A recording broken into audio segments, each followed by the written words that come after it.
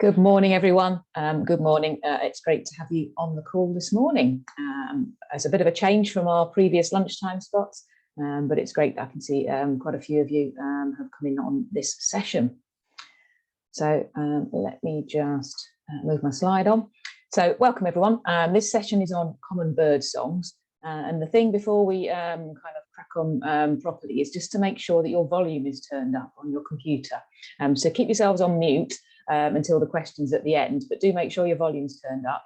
If you've got headphones on, that'll help as well, because it's all about what we can hear in terms of birds. So either get yourself quite close to your laptop or other device, whatever you're using, and then try and see if your volume is turned up, and that will help you to hear what's going on, hopefully. So hopefully we should have a good session today. As ever, I am recording it, so feel free to have your video on or off. It's up to you. We'll have time for questions at the end, and we're planning to finish not by 2 o'clock today, by around 11 o'clock today. So just a reminder that this project is all about identifying and recording species overall, and it's all about it being a really good management tool so we can understand how our habitats and species are doing. And we're hoping ultimately, as a result of the project, to increase the number of records we've got across the Charnwood Forest, potentially get some more people to kind of join in with volunteering to monitor and record and see what we can do there.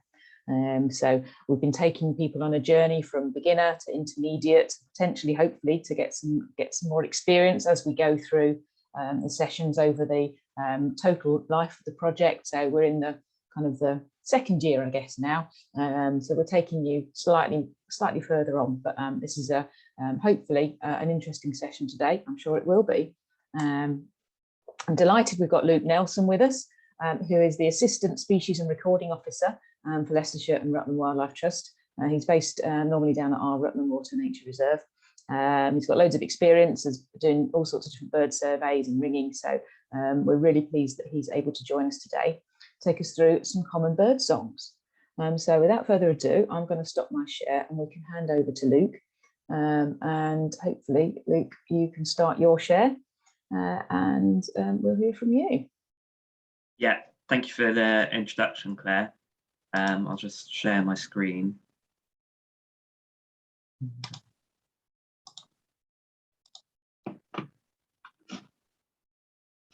So hopefully everyone can see that. Yeah, you're just in the mode where we can see all the slides, but hopefully, yeah. Yeah, brilliant. You're in presenter mode, so you're good to go. Thanks very much. Okay, thanks, Claire. Yeah, so good morning, everyone. Today I'm going to be introducing you to common bird song. So firstly, I wanted to talk about why we should record birds. So birds, unlike a lot of other taxa, we share a lot of similar senses with. So like birds, birds can see sort of 4 zones of colour, whereas we can see 3. But it means that they present very appealing to us, unlike, say, mammals, where they can only see sort of 2 zones of colour. So they mostly rely on sort of scent to see their environment.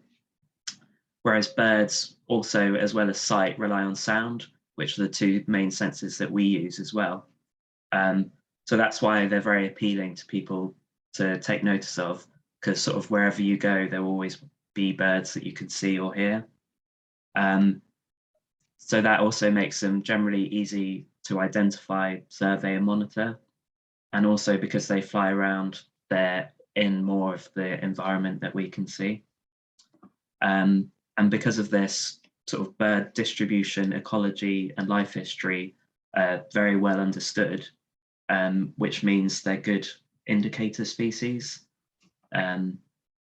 Because we know that sort of habitat requirements, they're often quite fairly specialised, and because they're at high trophic levels in food webs, they're relatively sensitive to environmental change. So they can be a good indicator of overall biodiversity, and any sort of changes in habitat quality can be monitored by changes in number or distribution. So then why should we learn to identify birdsong? So obviously we can identify birds by what they look like, but often when we're doing surveys, we mostly use birdsong. So with sight, you can only see in one place, whereas if you're listening, you can hear all around you at once. And birds generally have unique songs and calls that they make, and by learning them, we can identify the species. Often with some species, it can be easier to do that than to identify them by sight, which I'll show you an example later. And also by listening to birdsong, we can identify birds that are hidden in foliage or that are far away. We can also do surveys at night. So for example, for owls. And also you can identify birds without any equipment. You just need your ears. So yeah, when I do a survey, I mostly identify birds by their sound. And yeah, often, especially at this time of year when the birds are singing, that's the most effective way to survey. And once you become familiar with the more common songs, then when you hear something you don't know, that's where you can put your attention to try and work out what it is. Okay, so why do birds sing? Well, there are two main functions. The first one is to defend territories. But especially in the breeding season, birds will have territories that they defend, often with their mate in it. And these are areas of like resources that they will use. And then the other reason is to attract a mate. So most songbirds in particularly use song to attract a breeding mate. And they use song to advertise through the landscape. So for example, birds in woodland, when the foliage is out, it can be difficult to see each other, whereas sound will travel through the landscape. Yeah, and it allows birds to be sort of showy and display, whilst remaining sort of cryptic for those species that are little brown jobs. And then I wanted to say about songs versus calls. So song is particularly for these functions of defending territory and attracting mate, but birds will make other sounds, so such as alarm calls or contact calls, which I'm not going to go into today because they can be quite difficult and also very varied, whereas songs are sort of regular and sort of identifiable more easily. So in terms of learning birdsong, sort of some tips and tricks to start is to focus on one song at a time. So to get familiar with one song, and then once you know that, you'll hear something different, and then you can start learning that. And you can start by listening to recordings like we're going to do today to become familiar with sort of the different types of song and what sort of things to listen to. And often if there's a bird you want to see, learning the sound before you go out to try and see it can be the best way to find it, because often it's easier to hear them before you see them. And then once there's a bird song that you don't know, I will often try and find the bird and see it singing, and then that link helps me remember the bird singing, which isn't always easy to do. And then there's also mnemonics, which I'll go into later. So some bird song, I remember it by sort of linking it to words that it sounds like, which can help you remember it. And then the things to listen to in bird song are sort of rhythm, pitch, repetition, tone, and volume. So I'll go through these with some examples. But if you get familiar with sort of the rhythm, sort of how it sounds, the pitch, so different birds are at different frequencies. So some are more low, like a wood pigeon, and some are more high pitched. Repetition, so some birds will repeat the same phrase, and learning sort of the frequency of the repeats and also breaks between repeats. And tone, sort of some are more melodic, some are more melancholic, and volume. So some birds sing very loudly and some more quietly. And then resources to use for learning birdsong. It's not essential because you can just use your ears, but I find having binoculars is good to locate the bird, to see it singing when you're learning. And also it's nice to be able to see the birds. So I recommend like a good bird guide app, which has recordings on it, because then when you're out in the field and you hear a song and you think you might know what it is, you can confirm it by playing it on your app. And I use the Collins Bird Guide app, which I'd recommend, because it has all the birds of Britain and Europe and like songs and calls, and it's really useful. And then there's also websites with bird sounds, where you can go on and find a bird and listen to the sounds. So for example, the RSPB website have this, but Xenocanto is the sort of the Bible of the birdsong world, in that it's like a big database where people have uploaded recordings they've made from all around the world. So all the recordings I use in this presentation are from Xenocanto. And it's good if you hear a sound that you think is, say, a blackbird, but it sounds different to the example, say, on the RSPB page. You can go on there and they'll have all different variations of song that people have recorded. And yeah, it's a really great resource. And now there are apps that you can use to identify song. So you take a recording of a song that you hear, and then it uses sort of artificial intelligence to work out what song it's likely to be and gives you examples. And the more they get used, the more accurate they get. So I think they're quite good now. But yeah, examples are BirdNet and Warbler. But I haven't used them much myself, but it would be something good to experiment with if you're just starting to learn. Okay, so now I'm going to go through some birds and play their song through the presentation. Hopefully you'll be able to hear it. And I'm not sure about the volume, so just be warned if it comes through very loudly, but also likewise it might come through quietly and may be different on different people's devices.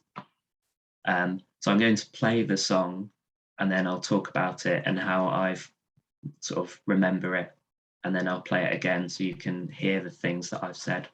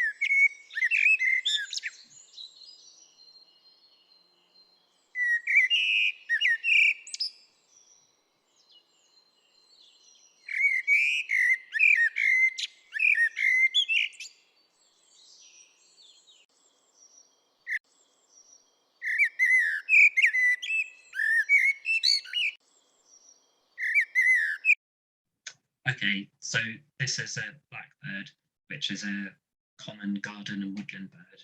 I imagine many of you are familiar with. And potentially you're familiar with the song as well, because it's often a commonly heard song around sort of towns and villages. So it has a beautiful mellow song, and it's often described as fluting and fruity. So it's quite a deep tone. And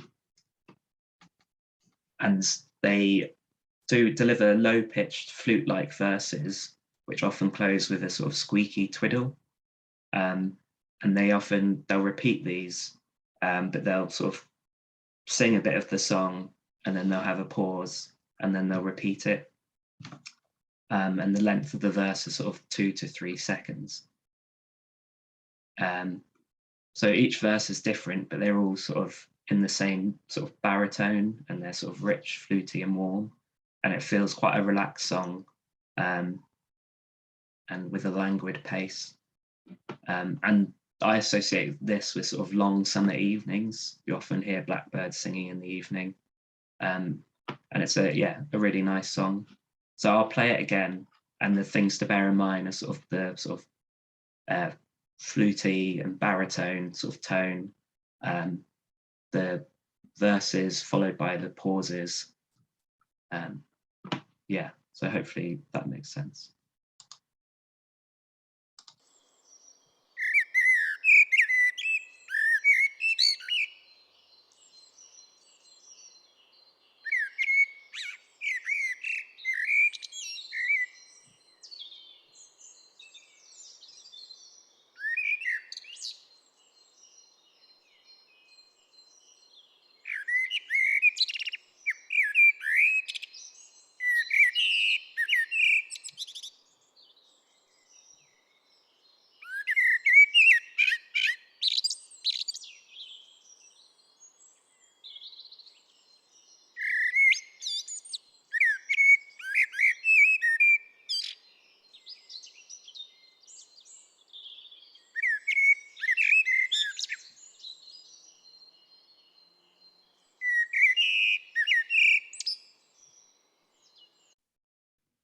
Okay, so our next bird should be another familiar bird to you all, the robin. So both blackbirds and robins are quite early singers in the year.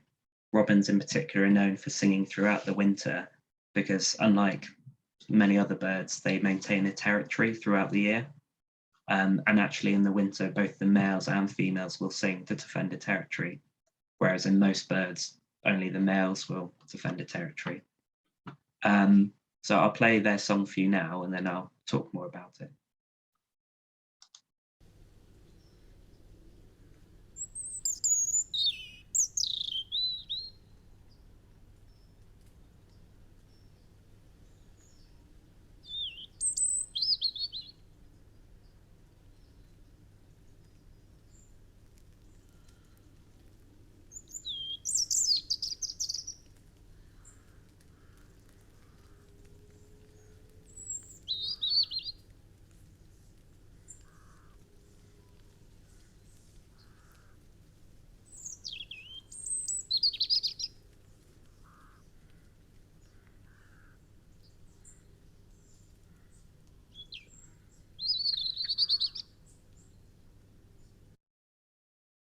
Okay, so there are some similarities between the robin and the blackbird song. So both of them have the short verses followed by a pause and then another verse. The difference being, while the blackbirds are sort of low tone and sort of melodic, the robins is much more higher pitched with a sort of delicate song with sort of warbling notes. And it's sort of quite soft and can be thought of as mournful. And yeah, it's quite a silvery crystal song that I associate with sort of like hearing it in the winter, and also early in the morning. Robins are one of the first birds to sing. So I'll play it again, thinking about the pitch compared to the blackbird, but also the verses and the pauses.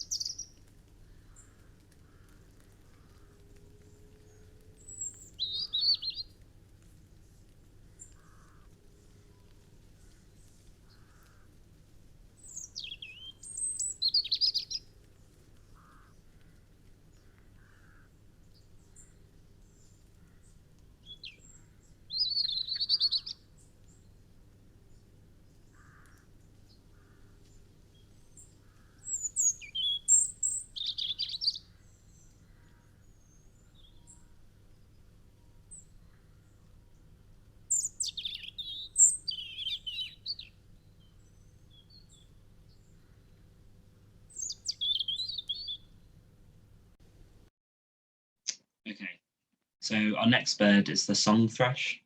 And this is an example of a bird that you don't often see and probably more likely to hear. And it can be more easy to identify by its song than by its appearance, because it looks very similar to a missel thrush. So I'll play this song and then talk more about it.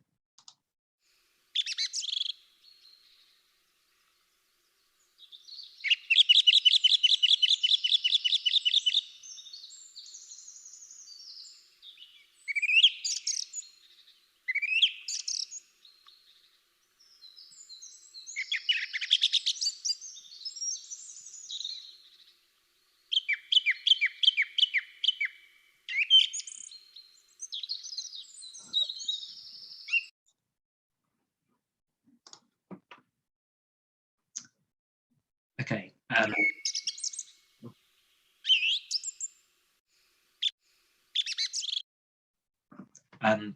So the key thing with the song thrush song is that it can sound quite varied, but the thing is the structure. So often they'll repeat phrases sort of up to 3 times, the same phrase, and then they'll move on to a different one, which no other common birds do. And they can have a really wide vocabulary of these phrases that they use. But the key thing is the structure of repeating it a few times and then moving on to a different sounding song and so on. Always in a similar tone, sort of confident, powerful, and a bit less mellow than the blackbird. And often they'll sing from quite high up, in sort of a patch of scrub or something. You'll often hear them. Yeah, so I'll play that again, thinking about the structure of the song, and also the tone is quite similar to the blackbird.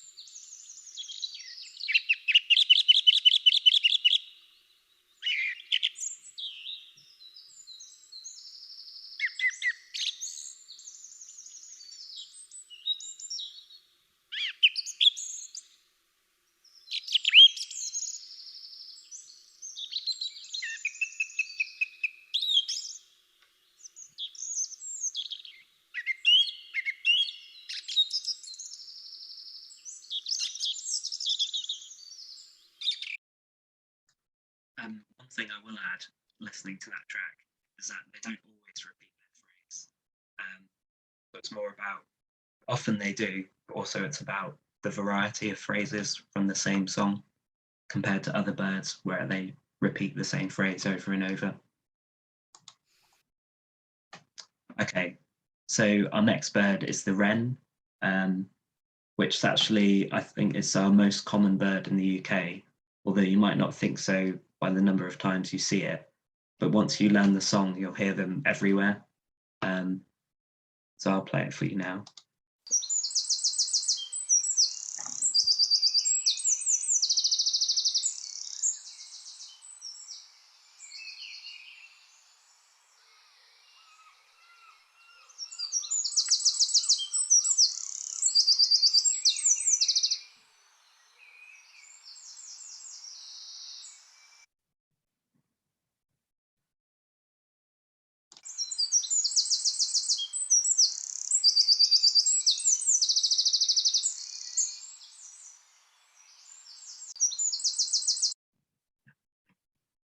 Okay, so the key features of the wren song is firstly the volume.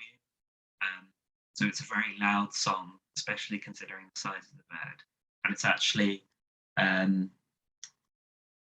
sort of decibels per gram, it's the loudest song for the weight of the bird, which is a strange metric. So it's got powerful trills that are sort of high pitched and confident. And then there's a phrase at the end that's like a machine gun, which is sort of a giveaway for this bird. Yeah, like I said, you can hear them everywhere, even like in woodlands, up on moorland. This was near the coast because you could hear the herring gulls in the background. And yeah, they're really successful birds with this powerful song. So I'll play it for you again, listening to the volume, the trills, and the sort of machine gun rattle at the end.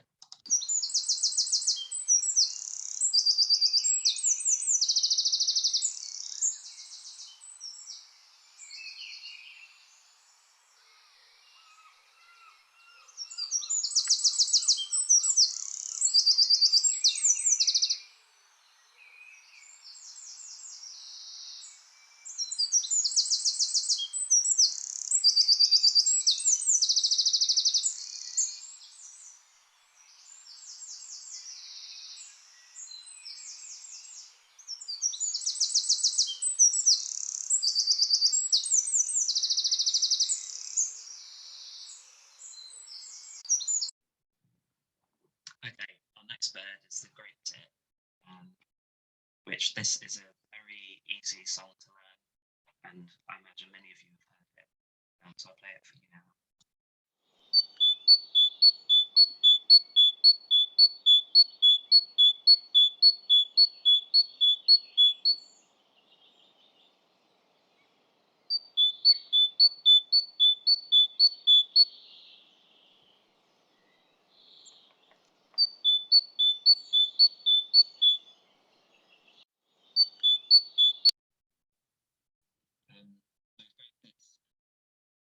Have an iconic high-pitched and squeaky sort of seesaw song.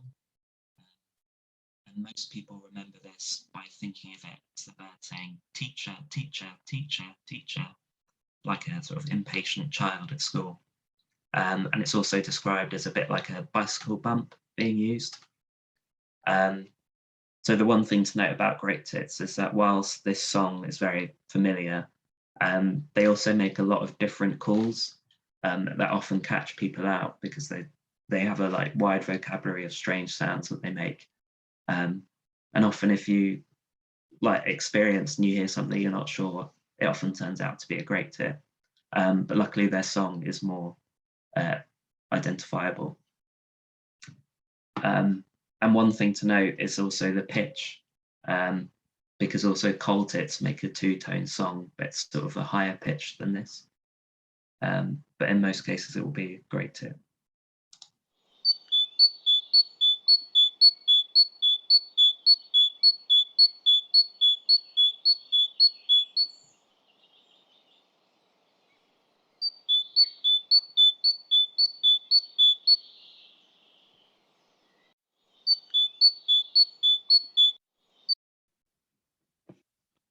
Okay, and our next bird is the blue tit, which I'll play.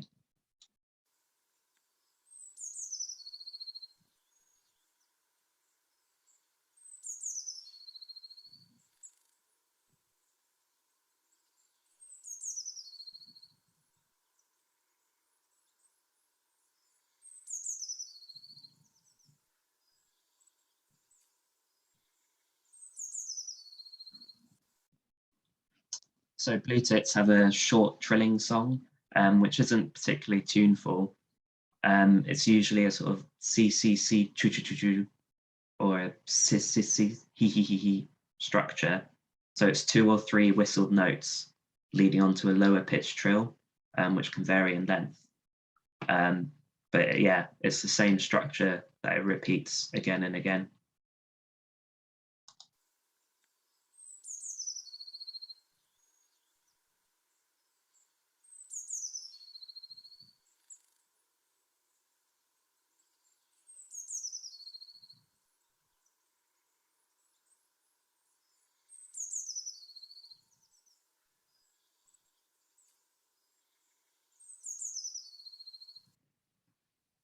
Yeah, again, because it's not as obvious as, say, the great tit call, it can be one that you miss. But if you learn it, you will hear it a lot because blue tits are a common bird. And you will also get familiar with their sort of churring call that they make a lot as well. So the next bird is the chaffinch, which used to be quite a common bird, but is declining quite a lot these days. So it's a good one to record because there's like potential it could decline further. But I'll play the song for you now.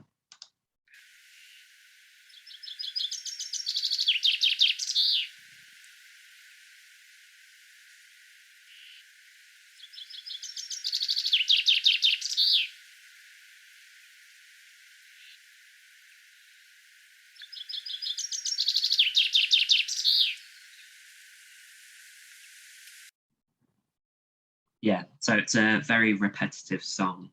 It repeats the same phrase over and over again. So once you know that phrase, you should be able to tell it's a chaffinch. So it's a short and fast descending song that I often liken to like a waterfall. So it starts up high and then descends into a crash. It's the main way I remember it.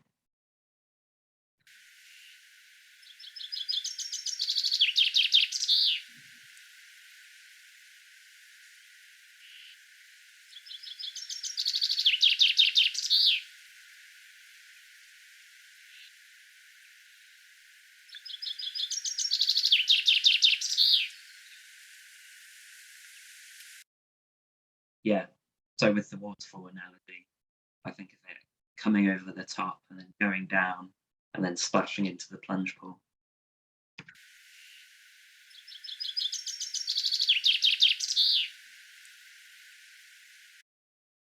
So our next bird is the house sparrow, which again, like the chaffinch, is a bird that used to be very common and has declined quite dramatically. But they're still quite common in villages. You often hear them in hedges, a big flock of them singing. So I'll play their sound for you now.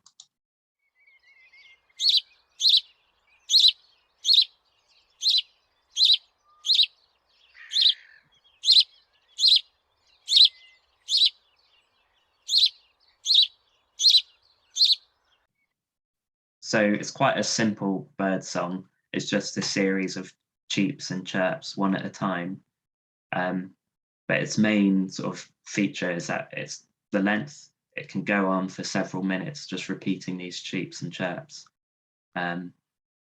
compared to a lot of birds which will do a few verses and then stop. But it should be quite familiar to you if you hear it around in hedges and such.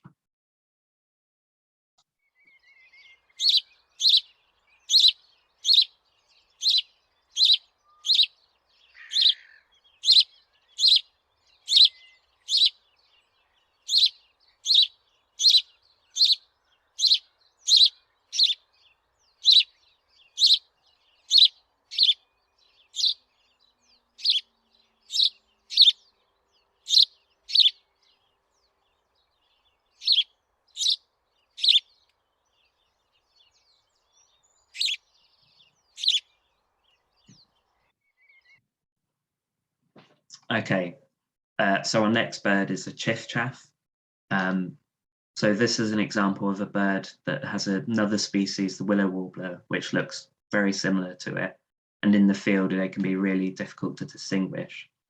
And if we catch these birds in the hand, we look at differences sort of in the structure of the wing and like the length between different feathers. So it's very difficult to separate these species. But luckily, their songs are very unique and different. So in the field, that's the easiest way to identify them. So the chaff is the more common of the two. And this is a migrant bird that spends the winter in sort of Europe and Northern Africa, and then returns sort of early March, although increasingly some of these species are spending the winter in the UK. So I'll play the song for you now.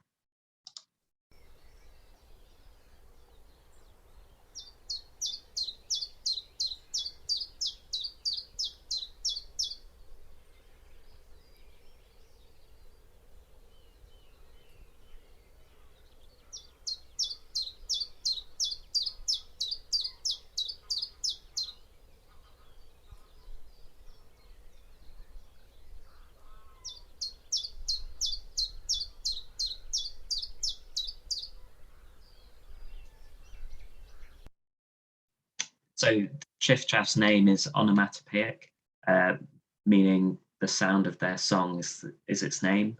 So if you think of it as a repeated chiff-chaff, chiff-chaff, chiff-chaff, chiff-chaff. And indeed, in German, its name is zilp-zalp for the same reason. So they think it goes zilp-zalp, zilp-zalp, zilp-zalp. But yeah, it's a very repetitive song that if you go out today, you should hear it around, because they've returned and they're singing in good numbers at the moment.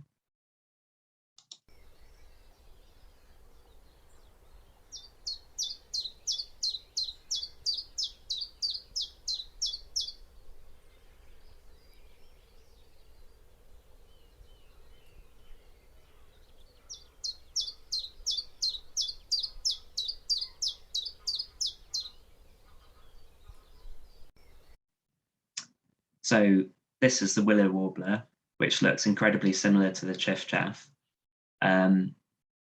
But even though they look similar, they're very different species with different life history.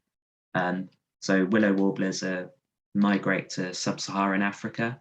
So they travel a lot further than the chiff-chaff. And they arrive later. So I only had my first willow warbler on Sunday. Sort of the end of March, beginning of April is when they return. So sort of a month later than the chiff-chaff start singing. And these are birds, both chiff-chaff and willow warbler are not necessarily garden birds, but sort of birds of scrub habitat and sort of wilder areas. Chiff-chaffs you're more likely to get in parks, whereas willow warbler's more a bird of sort of in the field and like on nature reserves. But I'll play their song for you now.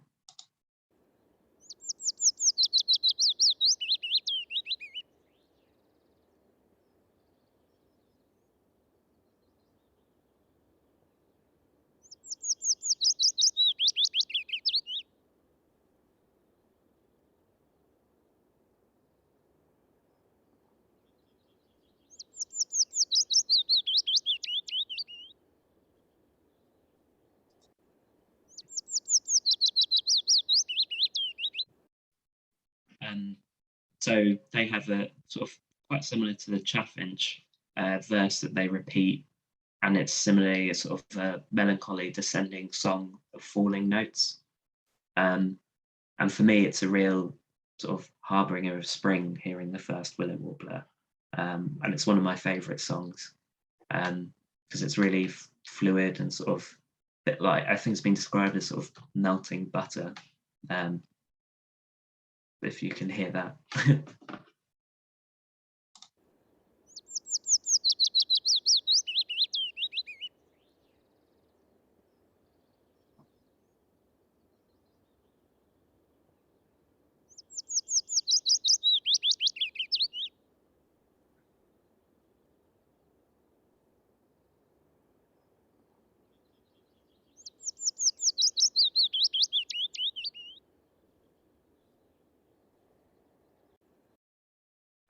And what I will say about the willow warbler, it's a less common bird than some of the other species, but it should be a bird that you'd be able to record in the Charnwood area, because it's often a bird of sort of heathland as well, especially if there are sort of small blocks of trees within the heathland. That's places that they like to breed. But this is mainly to show how song can be used to identify species that look very similar.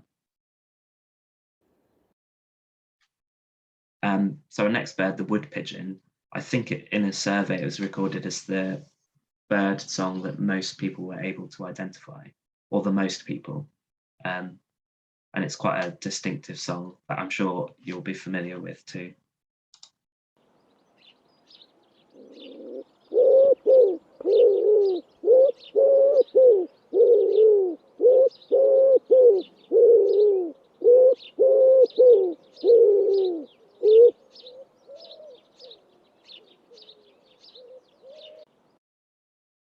Yeah, so it's a really distinctive low-pitched cooing, and the key thing to focus on is the structure. So it's got 5 notes that sort of go in the rhythm of I don't want to go. I don't want to go. And the sound can seem sort of quite strained and desperate. So this is the UK's largest and commonest pigeon. And alongside its song, you can often hear the loud clattering sound of its wings when it takes flight. And it does a sort of display flight for the females as well. But yeah, I associate this song with like sort of childhood summers with it singing on the rooftop. So yeah, it really reminds me of home. But I'll play it for you again now, focusing on that 5-note structure.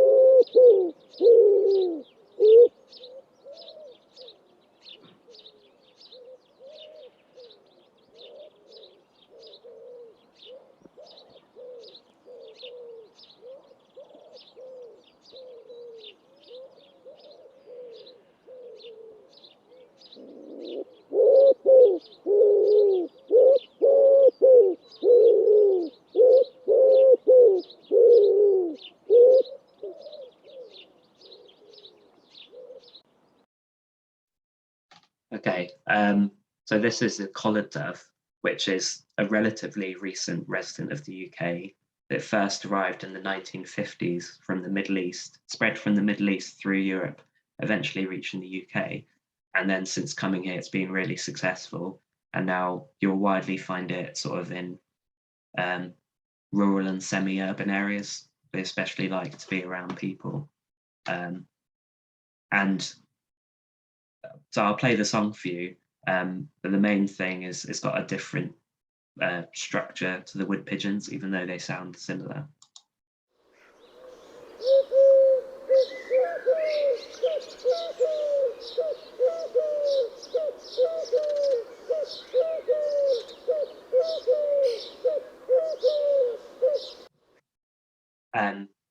So yeah, unlike the wood pigeons sort of 5-note song, this is a 3-note song, and often thought of them saying, I love you, which is appropriate because you often see them in their breeding pairs. It's a bit more persistent than the wood pigeon. And yeah, like if you see them, they're paler, smaller, and sort of more in urban areas. Well, not urban areas, but sort of semi-urban, rural areas. So I'll play it for you again, comparing the 3-note structure of this song to the 5 notes of the wood pigeon.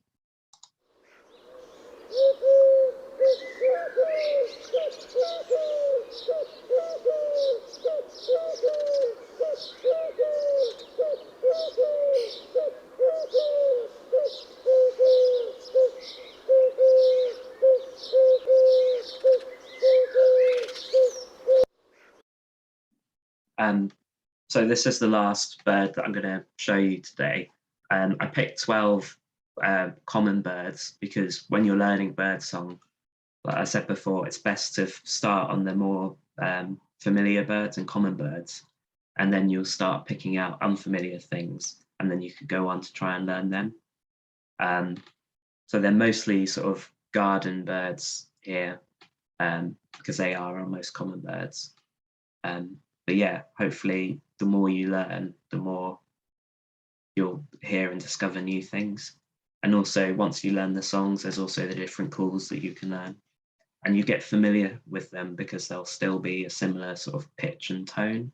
So you can sort of say, I think it's that species. And that's when having a sort of an app on you can be good, because then you can think, I think it might be this, I'll listen to their call and sort of confirm that. And then the other thing is sort of different groups of birds sound quite similar. So for example, the wood pigeon and the collared dove sound similar because they're closely related. So often you might hear a bird that sounds similar and you think, I think it might be in the pigeon family. And then you might look up other birds in that family and listen to their songs and work it out.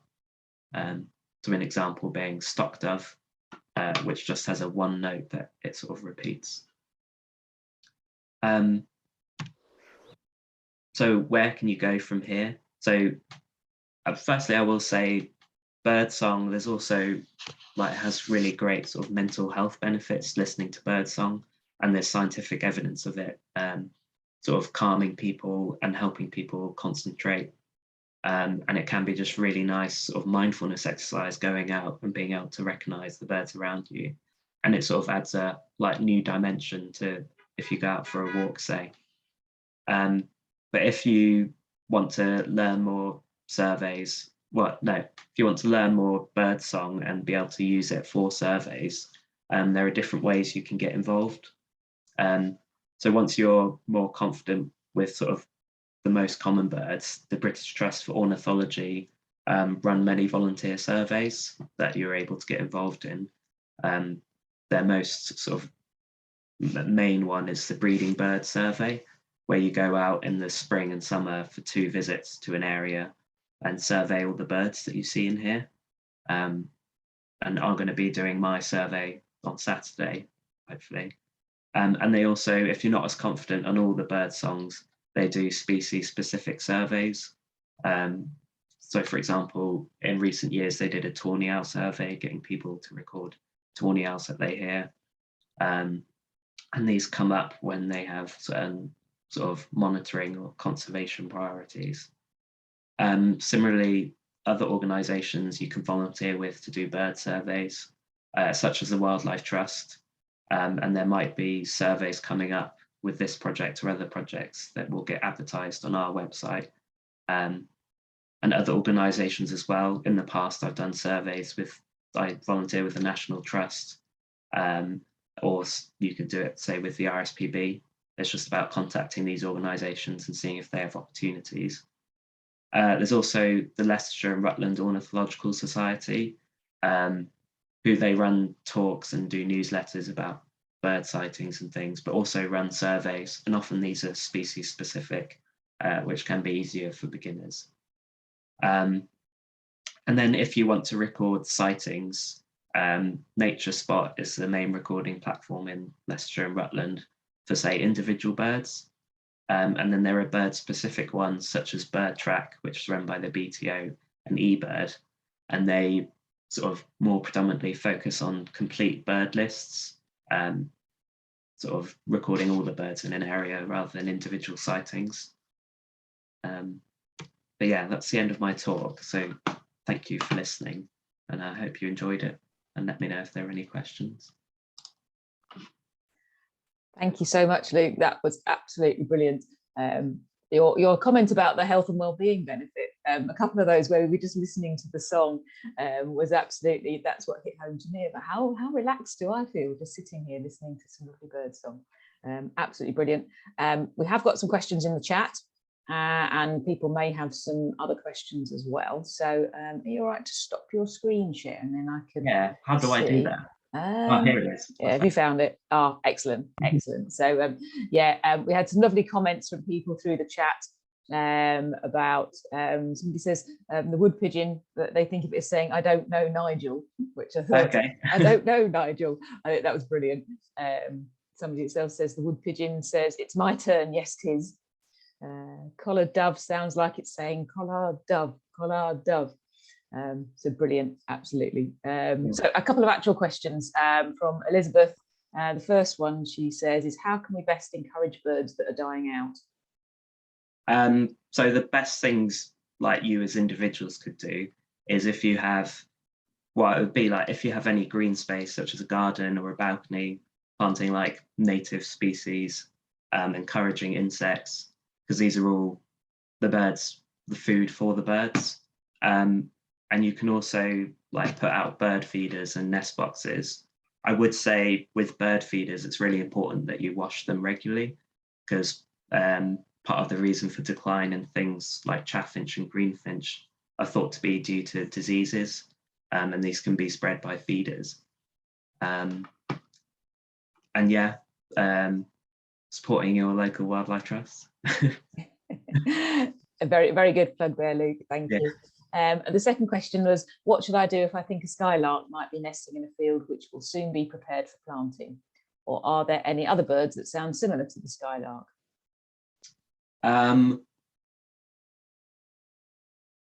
potentially meadow pipit, but I think it probably is a skylark in a field.